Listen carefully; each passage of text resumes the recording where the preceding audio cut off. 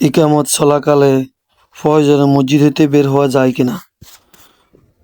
আবু হুরায়রা রাদিয়াল্লাহু তাআলা আনহু হইতে বর্ণিত, একদা রাসূল সাল্লাল্লাহু আলাইহি সাল্লাম নিজের কক্ষ হইতে সলাতের জন্য তাশরিফ নিয়ে আসলেন। এইদিকে সলাতের ইকামত দেওয়া হয়েছে এবং কাতার সোজা করে নেওয়া হয়েছে, এমনকি তিনি মুসল্লায় দাঁড়াইলেন। আমরা তাকবীরের অপেক্ষা করছি।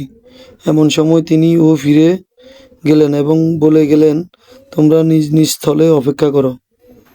আমরা নিজ নিজ অবস্থানে অপেক্ষা করতে থাকলাম, যে পর্যন্ত না তিনি আমাদের মাঝে বেরিয়ে আসলেন।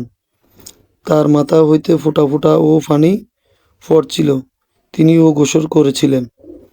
হাদিসটি সহিহ বুখারীতে 639, 275 নম্বর রয়েছে। ইমাম যদি বলেন, আমি ফিরে আসা পর্যন্ত তোমরা অপেক্ষা করো, তাহলে মুরতাদিগণ তার জন্য অপেক্ষা করবে। হযরত আবু হুরায়রা রাদিয়াল্লাহু তাআলা আনহু হইতে বর্ণিত, তিনি বলেন, একবার সালাতের ইকামত দেওয়া হয়েছে, লোকেরা তাদের কাতা সোজাও করেছে। রাসূল সাল্লাল্লাহু আলাইহি সাল্লাম বেরিয়ে আসলেন এবং সামনে এগিয়ে গেলেন। তখন তার উপর গোসল ফরজ ছিল। তিনি বললেন, তোমরা নিজ নিজ জায়গায় অপেক্ষা করো। অতঃপর তিনি ফিরে গেলেন, গোসল করলেন, অতঃপর ফিরে আসলেন।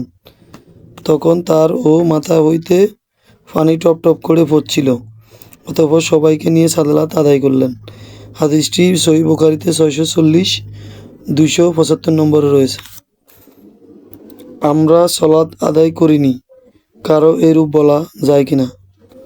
জাবির ইবনে আব্দুল্লাহ রাদিয়াল্লাহু তাআলা আনহু হইতে বর্ণিত, তিনি বলেন, খন্দকের যুদ্ধের দিন উমর ইবনে খাত্তাব রাদিয়াল্লাহু তাআলা আনহু নবী সাল্লাল্লাহু আলাইহি ওয়াসাল্লাম নিকট এসে বললেন, হে রাসূল সাল্লাল্লাহু আলাইহি ওয়াসাল্লাম, আল্লাহর কসম, আমি সালাত আদায় করতে পারিনি, এমনকি সূর্য ডুবতে লাগলো। জাবির রাদিয়াল্লাহু তাআলা আনহু বললেন, যখন কথা হচ্ছিল তখন সাওম পালনকারী ইফতার করে ফেললেন। নবী সাল্লাল্লাহু আলাইহি ওয়াসাল্লাম বললেন, আল্লাহর কসম, আমিও সালাত আদায় করিনি। অতঃপর নবী সাল্লাল্লাহু আলাইহি ওয়াসাল্লাম বুতহান নামক উপত্যকায় গেলেন। আমিও তার সঙ্গে ছিলাম। সেখানে তিনি ওযু করলেন এবং সূর্য অস্তের পরও তিনি প্রথমে আসরের সালাত আদায় করলেন। অতঃপর তিনি মাগরিবের সালাত আদায় করলেন। হাদিসটি সহিহ বুখারীতে 641 এবং 596 নম্বরে রয়েছে।